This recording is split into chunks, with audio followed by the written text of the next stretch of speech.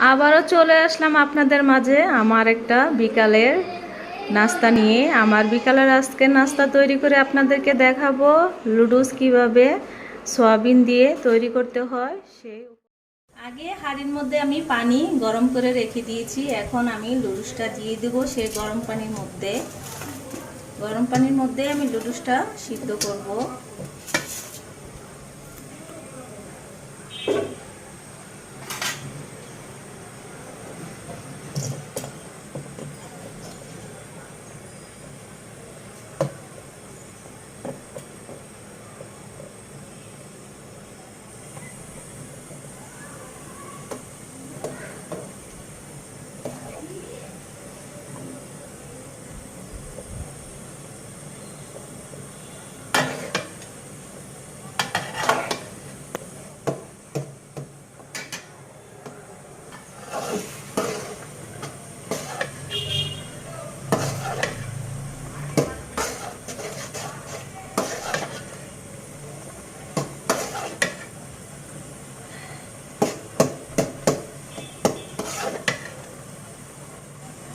নুডলসটা আমি এতটা বেশি সিদ্ধ করব না, বেশি সিদ্ধ করলে নুডলসটা খেতে ভালো হবে না, তাই মিডিয়াম করে আমি সিদ্ধ করে নিলাম।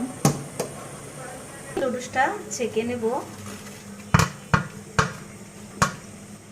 আমি নুডলস সিদ্ধ করছি, সে হাঁড়িতে আমি সয়াবিনটা আবার সিদ্ধ করে নেব।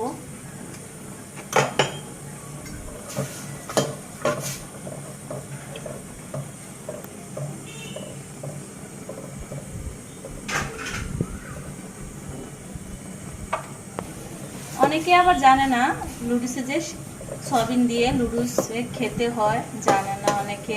খাওয়া যায় লুডুসের সাথে সয়াবিন দিয়ে।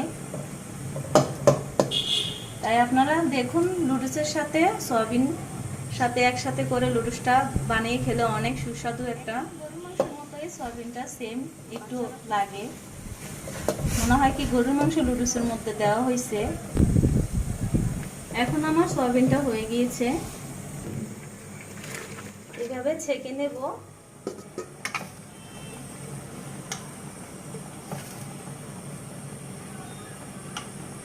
আমি ক্যাপসিকামটা দিয়ে দিয়েছি, একটু হালকা সিদ্ধ হয়ে সারলে তারপরে আমি সয়াবিন দিয়ে দিব।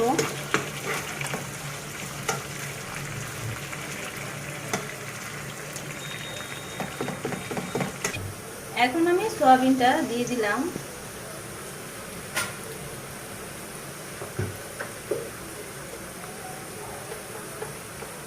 পরিমাণ মতো একটু লবণ দিয়ে দিলাম।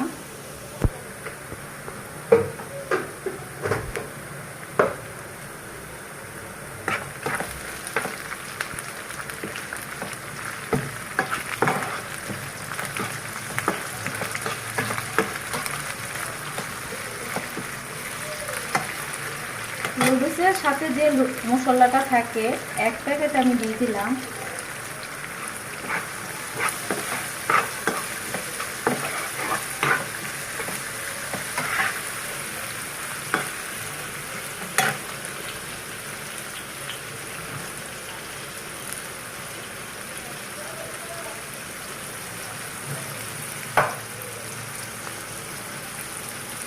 ডিম দিয়ে দিলাম।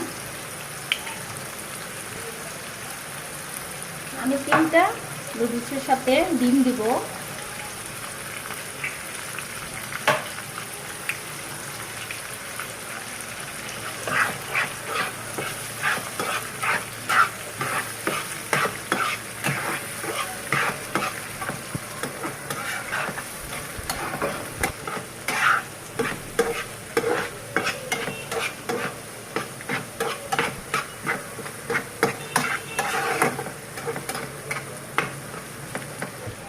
এখন আমি নুডলসটা দিয়ে দিলাম।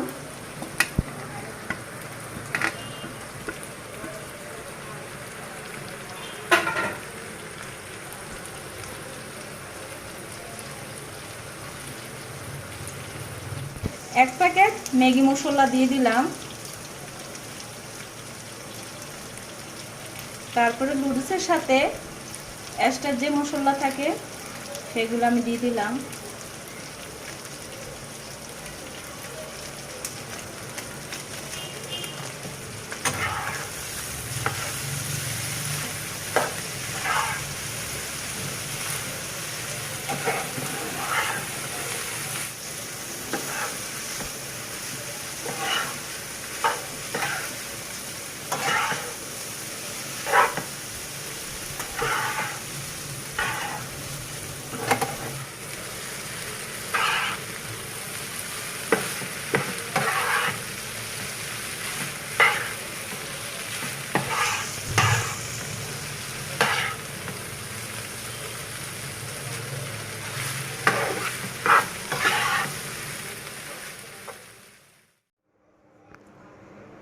আমি টমেটো সস দিয়ে দিলাম,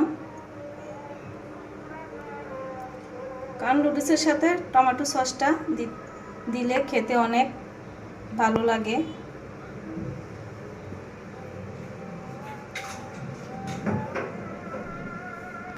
এখন আমি টমেটো সসটা ভালো করে নুডলসের সাথে এভাবে নেড়ে করে দেব।